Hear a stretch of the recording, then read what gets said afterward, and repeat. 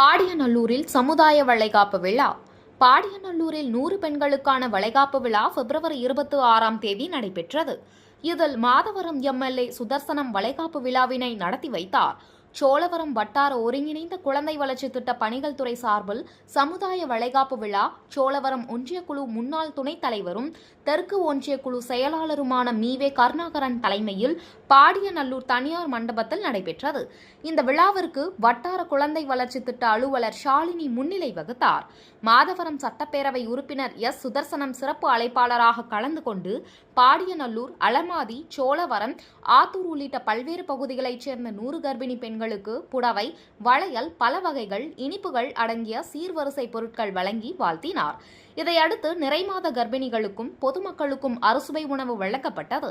விழாவில் ஒருங்கிணைந்த குழந்தை வளர்ச்சி திட்ட மேற்பார்வையாளர் வசந்தா, திமுக நிர்வாகிகள் காசிம் முகமது, துரைவேல், வீரம்மாள், பொன் கோதண்டம், பரசுராமன், ஞானம், திமுக ஒன்றிய நிர்வாகிகள், உள்ளாட்சி மன்ற முன்னாள் பிரதிநிதிகள், அங்கன்வாடி மைய ஊழியர்கள் உள்ளிட்ட பலர் கலந்து கொண்டனர். மருத்துவர்கள் சொல்கின்ற ஆலோசனைப்படி நீங்கள் செய்ய வேண்டிய